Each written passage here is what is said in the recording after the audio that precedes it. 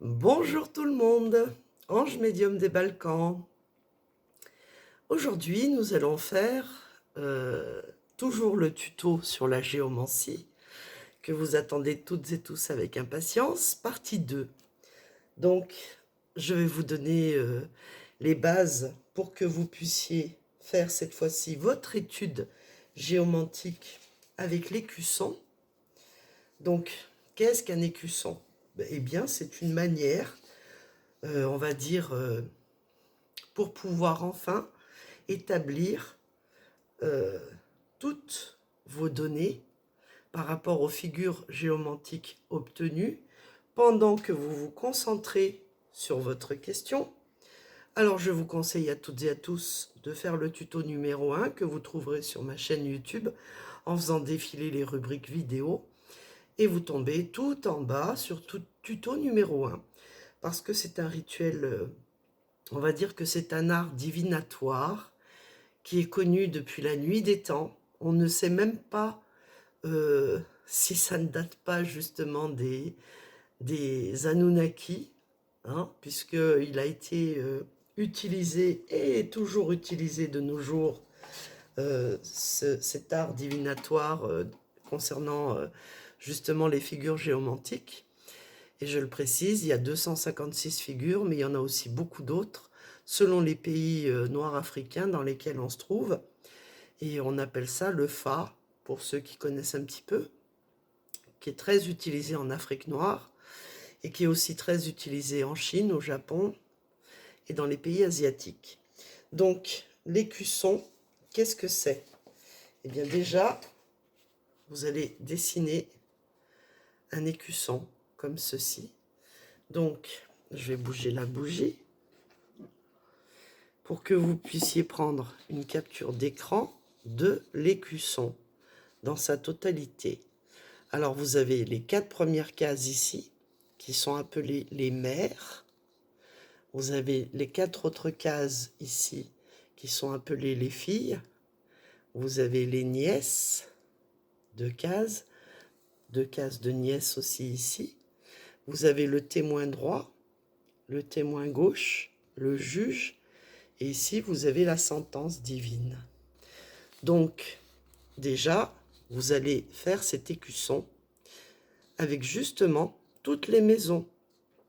Alors ici, vous avez 15 maisons. La 16e, on va dire que c'est le calcul géomantique que vous obtiendrez, qu'on appelle la sentence. Et donc, vous allez faire ce petit dessin sur une feuille A4 pour pouvoir ensuite mettre vos figures géomantiques dans chaque maison. Il faut savoir qu'on commence par la droite pour aller vers la gauche. Donc, je vais reculer la feuille pour que vous puissiez faire une capture d'écran dans sa totalité. Et vous serez prêt pour qu'on commence. Donc, à quoi nous sert cet écusson? Eh bien, on peut faire son étude géomantique, soit pour répondre à une question très très précise, soit uniquement pour faire notre thème géomantique annuel, ou pour 3 mois, ou pour 6 mois. Tout dépend justement ce que vous en attendez, quelle est la question, qu'est-ce qui vous turlupine. Et avec les maisons, eh bien, vous serez guidé et vous saurez exactement comment faire votre thème. Alors, il faut savoir que, pendant ce temps, j'essaie de retrouver ma feuille. Il faut savoir que pour des raisons, on va dire, pratiques, je vous ai montré dans le tuto numéro 1 qu'on on fait un petit peu de méditation avant. On essaye de penser fortement à tout ce qu'on veut savoir si on fait une étude annuelle ou une étude trimestrielle ou une étude sur 6 mois. Parce que c'est une étude, dans la géomancie, ce n'est jamais très long. Et le plus long, pour attendre les résultats, on va dire que c'est le maximum 2 ans. Donc, on peut faire une étude géomantique, et lorsqu'on l'a fait, on ne s'amuse pas à la refaire 10 fois en posant la même question, mais on attend que ça se réalise. Voilà. Donc, ici, je vous ai fait déjà, je vous ai déjà fait les 4 lignes parce que cette fois-ci, nous allons faire 4 petits, on va dire, ici, nous avons 4 lignes de traits. Ensuite, ça, c'est pour la première maison, la deuxième maison, la troisième maison et la quatrième maison. Donc, soit vous faites des traits que vous assemblez, comme je l'ai fait ici, c'est-à-dire qu'une fois que vous êtes concentré, que vous laissez votre main faire les traits tout seul, comme dans le tuto numéro 1, eh bien, moi, ce que je fais, c'est que je fais des petits traits dans l'autre sens, comme ceci, pour compter les traits 2 par 2. Pourquoi? Parce que, comme je vous l'ai dit dans le tuto numéro 1, s'il vous reste un trait à la fin, c'est impair. Impair. S'il vous reste 2 traits à la fin, c'est pair. Donc, impair, impair, pair, c'est 2 points ou 2 traits. Alors, comme je vous l'ai dit, il y a beaucoup de manières de faire de la géomancie. Vous pouvez prendre des cailloux, vous pouvez faire ça avec un bâton sur le sable. En vous concentrant, vous faites des traits avec votre bâton et ensuite, vous dessinez vos figures géomantiques sur le sable, la terre battue. Vous pouvez le faire aussi avec des coquillages, avec des cailloux. Et puis, vous pouvez le faire avec toute autre chose dans la maison, c'est-à-dire avec des grains de riz, mais ça sera petit. Ici, par exemple, voilà, si je veux, je vais prendre des haricots. Et puis, pour ma première figure géomantique, je vais prendre au hasard, piocher au hasard dans le plat de haricots. Et je vais mettre 4 petits tas. Voilà, 4 petits tas, comme ça, bien distincts. Donc là, comme j'ai pas la caméra qui est assez grande, je vais les mettre comme ceci. Mais normalement, les petits tas, vous le mettez de droite vers la gauche. Ça vous fera 4 petits tas. Alors, qu'est-ce que vous faites? Comment vous allez savoir si vous voulez vous amuser, là, par exemple, comme moi, avec les haricots? Eh bien, c'est très simple. Vous prenez tous les haricots, 2 par 2, comme ceci, et vous regardez qu'est-ce qui vous reste à la fin. Donc, si à la fin, il vous reste un haricot ou 2 haricots, eh bien, ça vous fera votre 1 point ou votre 2 points. Donc, voilà. Ici, il m'en reste un. Donc, je vais ramasser les autres. C'est juste pour vous montrer un exemple de ce qu'on peut faire. On peut faire la même chose avec des noix, avec des cacahuètes, avec des pierres précieuses, avec des cailloux, avec des coquillages, avec tout ce qu'on veut. Donc ici, premier point, il reste un haricot. Ensuite, on fait pareil pour le deuxième tas. Alors bien sûr, il faut vous concentrer, je le dis, sur la question posée ou sur votre avenir futur. Donc, vous prenez les haricots 2 par 2 et vous regardez s'il en reste un ou s'il en reste 2. Ici, il m'en reste 2. Donc, ma figure, elle va être comme ceci. 2 ici, voilà. Ensuite, troisième tas, on prend 2 par 2 aussi pour voir ce qu'il nous reste. S'il nous reste impair ou pair. Donc, on fait comme ceci. Et je prends le temps de vous montrer pour que tout le monde comprenne que le but du jeu, c'est plus vous allez vous concentrer sur ce que vous voulez savoir, plus vous allez y passer du temps, et plus vous aurez des résultats satisfaisants. Il m'en reste 2 à la fin, donc cette figure-là, voilà. Ensuite, je prends le dernier tas, puisque ça c'est la première ligne, la deuxième ligne, la troisième ligne, et la quatrième ligne, on continue. Voilà, comme ceci.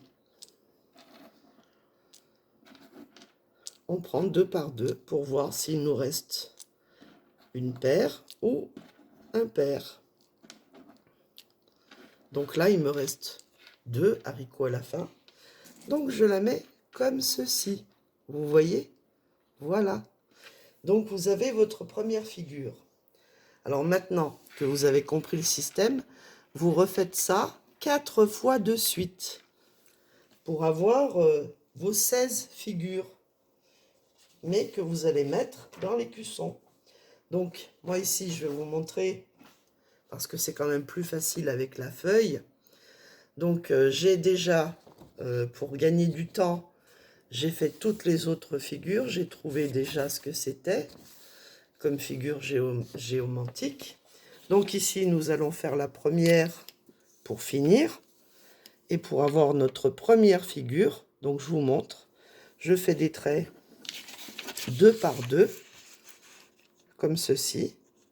Je me concentre sur ma question. Là, je finis avec 2 traits, donc ce qui signifie qu'il y a 2 points. Ensuite, je continue 2 par 2, tout doucement. On n'est pas pressé pour éviter de faire des erreurs. On trouve 2 aussi. Voilà. Ensuite, on continue. 2 par 2. Ici, il nous reste un trait, donc un point. Et ici, 2 points. Voilà. Et donc, cette figure géomantique-là, voilà, qu'on trouve, on va noter ce que c'est. Donc, si, selon la figure que l'on a trouvée, on note quelle est la figure qui correspond justement à notre dessin. Voilà, tout simplement. Donc là, je vais regarder pour ne pas me tromper parce que j'aimerais pas faire un tuto où je me plante. Ici, nous avons albus. Albus, ce qui signifie le blanc. Voilà, donc on note albus. Tout simplement. Voilà. Donc une fois qu'on a fait ça, on a déjà nos 4 figures géomantiques. On les appelle les figures mères. Donc qu'est-ce qu'on fait? On prend l'écusson. C'est pour ça qu'il vous faut carrément une autre feuille. Alors je vais retrouver mon écusson que j'ai préparé à l'avance pour vous. Alors, où est-ce qu'il est? Le voilà. Ah oui, ce que je voulais aussi vous dire, c'est que vous aurez, pour ceux qui voudront aller plus loin avec les 256 figures géomantiques, on dit souvent qu'ici, une figure géomantique, eh bien, la première ligne, c'est la tête, la deuxième, c'est le cœur, la troisième, c'est le ventre, et la quatrième, c'est les pieds. Donc, sachez que ça correspond à la tête, au cœur, au ventre, aux pieds. Pourquoi? Selon si vous allez poser une question sur la santé, vous aurez la réponse concernant la tête, le cœur, le ventre, les pieds. Voilà, ça c'était pour la petite histoire. Donc maintenant, qu'est-ce que je fais? Je vais reproduire sur la première partie à droite de mon écusson. Vous voyez, la partie, la moitié de mon écusson. Je vais reproduire mes 4 figures géomantiques que j'ai trouvées, en commençant par la première. Donc la première, c'est albus. Alors je vais mettre albus ici. Donc nous avons albus. Alors je ne vais pas répéter à chaque fois ce que je vous avais dit dans le tuto numéro 1, vous irez voir. Ensuite, Fortuna Minor ici, en deuxième, dans la deuxième maison. Donc je vous ai donné les significations des maisons. Et là, nous mettons nos figures géomantiques que nous avons trouvées par rapport à la question posée ou à notre avenir dans 6 mois, 3 mois, 1 an, grand maximum pour l'année. Nous avons ensuite Puer, ici, en troisième. Et en quatrième, nous avons Caput Draconis, la tête du dragon, qui est ici, comme ceci. Voilà.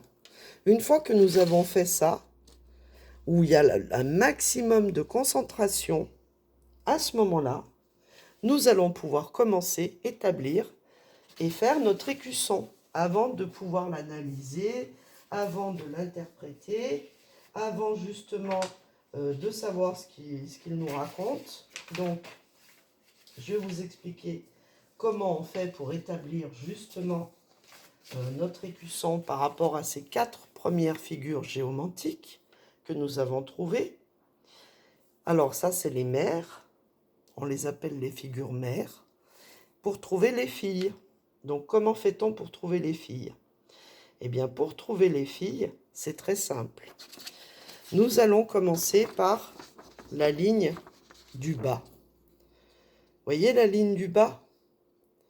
La ligne du bas, nous allons commencer à la mettre ici. Donc, on commence toujours par la droite. Ici, nous avons 2 points, 2 points, 1 point, 1 point. Donc, nous allons reporter cette ligne du bas de l'autre côté. Est-ce que vous avez compris? Nous prenons toute la première ligne, par exemple. La première ligne ici. On va la reporter dans la case numéro 5. La deuxième ligne dans la case numéro 6. La troisième ligne dans la case numéro 7. Et la quatrième ligne dans la case numéro 8. Alors, comment est-ce qu'on fait? On commence toujours par la droite. Alors, on commence par le haut, bien sûr. Donc, le haut, nous avons 2 points. Donc, nous remettons nos 2 points. Vous voyez, ici, nous avons 2 points. Ensuite, nous avons 1 point, 1 point. Nous allons mettre 1 point, 1 point. Et ici, nous avons 2 points. Et nous allons les remettre ici. Et ça nous donne une autre figure géomantique dans la case numéro 5. Nous allons refaire la même chose avec la deuxième ligne, c'est-à-dire 2 points, 1 point, 1 point, 1 point. Donc, 2 points, 2 points, 2 points, 1 point, 1 point. Alors, attendez. 2 points. Je regarde pour ne pas faire d'erreur. 2 points, 1 point, 1 point, 2 points. Dans la deuxième ligne, c'est 2 points. Et là, j'ai fait une erreur, donc je vais enlever ça. Dans la ligne numéro 6, c'est pour ça qu'il faut le faire tout doucement. Bon, là, j'ai fait une bêtise parce que justement, je regarde la caméra en même temps. Donc ici, dans la deuxième ligne, nous avons 2 points, 1 point, 1 point, 1 point. Donc, 2 premiers points, 1 point, 1 point, 1 point. Bon, là, vous ne tenez pas compte de cette rature. Donc, vous voyez, j'ai reporté les 2 points de la deuxième ligne, ici au début. Le 1 point, 1 point, 1 point, 1 point, 1 point, 1 point. Voilà, tout simplement. Et je fais la même chose avec la troisième ligne et la quatrième ligne. Donc, nous avons 1 point, 2 points, toujours 2 points et 1 point, ce qui nous donne cette figure-là dans la 7e case.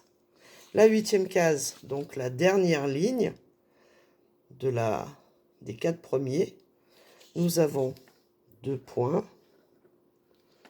2 points, 1 point, 1 point. Et nous avons nos figures géomantiques, les nouvelles figures géomantiques. Ensuite, nous allons continuer, n'est-ce pas? Qu'est-ce qu'on va faire pour trouver la figure 13 et les figures 14? Comment fait-on?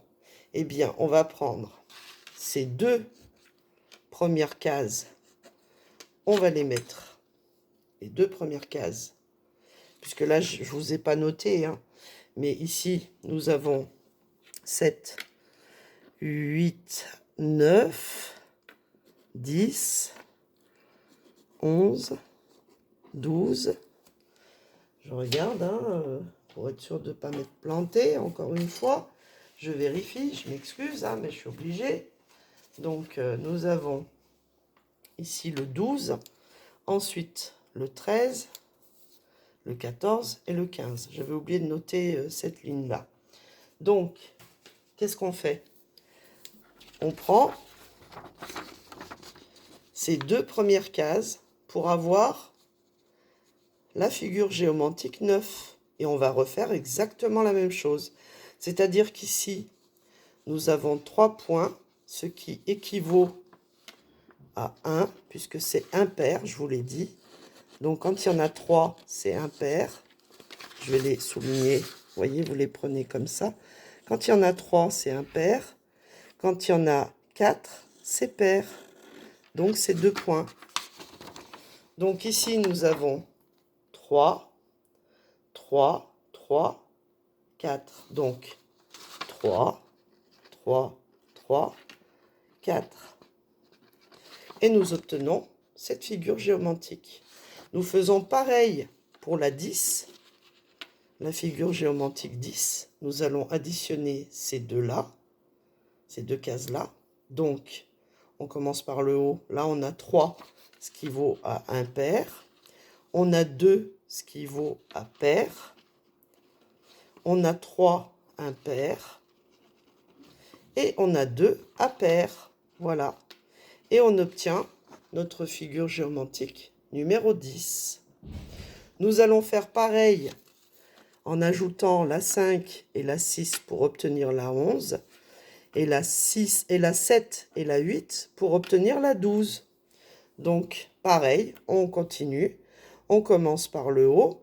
On en a 4, donc ce qui veut dire que c'est pair. Là, on en a 2, c'est pair aussi. Donc, on met 2. Ici, 2, on remet 2. Et ici, 3, on met 1. Ça nous donne notre figure géométrique suivante. Pour la 12, on va faire pareil. Ici, nous avons 3, ce qui nous donne 1. Nous avons 4, ce qui nous donne 2. Nous avons 3, ce qui nous donne 1. Et nous avons 2, ce qui nous donne 2. Alors, parfois, vous pouvez avoir les mêmes figures géométriques qui se répètent. Et là aussi, c'est très important de repérer toutes les figures géométriques qui se répètent plusieurs fois, parce qu'elles ont toutes leur importance. Alors, on va faire pareil, cette fois-ci, pour le témoin numéro 13, puisque nous allons additionner la 9 et la 10. Donc ici, nous avons 2 points, ce qui nous donne 2 points. Ici, 3 points, 1 point. 2 points, 2 points. Et 4 points, qui équivaut à 2 points. Pair, impair, toujours la même chose. Ici, pareil, on va additionner la 11 et la 12. Donc en haut, nous avons un chiffre impair, c'est 1 point. Chiffre pair, 4, c'est 2 points. Chiffre impair, c'est 1 point. Et chiffre impair, c'est 1 point. Et nous avons notre figure géométrique 14. Pour faire la 15, on continue. On additionne la 13 et la 14. 1 point, puisque c'est impair. Toujours impair, 1 point. Impair, 1 point. Et impair, 1 point. Nous avons la première figure géométrique qui est via.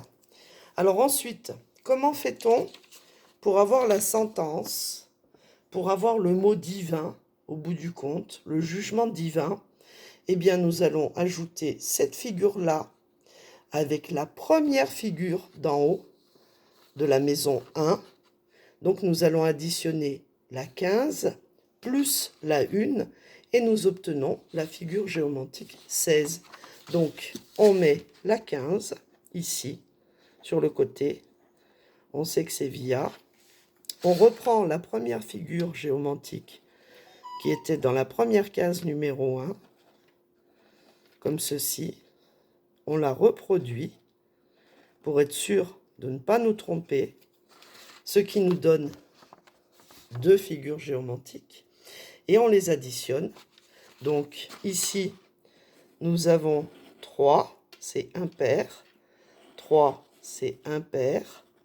2, c'est pair, donc 2. Et 3, c'est impair, donc 1. Ce qui nous donne la case et la figure géométrique finale, qui est la figure numéro 16. Voilà, voilà, nous obtenons les 16 figures géométriques. Alors ici, je vous ai pas fait si je vous l'ai fait la 15, c'est justement via. Donc voilà, une fois que vous avez fait votre écusson, et que vous savez à quoi correspondent les maisons. Je le répète, les maisons, vous avez la première qui est vous, votre route, votre destinée. En gros, hein, la richesse, c'est la maison 2 qui représente la richesse. La 3 qui représente la famille, les frères, les sœurs. La 4, souvent, c'est le père. La 5, ça peut être le fils. La 6, ça peut être la santé. La 7, ça peut être les mariages. La 8, ça peut être la mort. Enfin, je ne vais pas vous répéter tout ce que je vous ai dit dans le tuto numéro 1 concernant les maisons. Par exemple, dans la figure géomantique, 9, ça peut être les voyages. 10, c'est les honneurs. 11, c'est la chance. 12, c'est la prison. Ensuite, vous avez le témoin de droite. C'est la maison qui représente tout ce qui se produit entre la maison 1 et la maison 4, puis la maison 9 et la maison 10. Vous avez un résumé, on va dire, si on devait résumer cette 13e maison, c'est la synthèse de la première ligne d'en haut. Ensuite, nous avons la synthèse de la deuxième ligne d'en bas. Et nous avons la réponse, qui est le juge, avec la sentence divine, qui est la 16. Donc, tous ces petits détails peuvent vous apporter une réponse beaucoup plus précise par rapport à la question posée ou par rapport à votre avenir. Alors, plus vous serez flou, plus ça sera flou. Donc, si vous voulez connaître votre avenir, c'est bien, par exemple, de dire « j'aimerais connaître mon avenir sentimental ». Parce que vous pouvez faire un écusson pour chaque avenir, c'est-à-dire l'avenir sentimental, professionnel, l'avenir familial avec les enfants ou avec les frères et sœurs, l'avenir financier.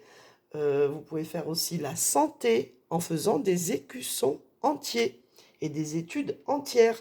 D'où l'importance de savoir que les figures, elles ont une tête, un cœur, un ventre et un pied.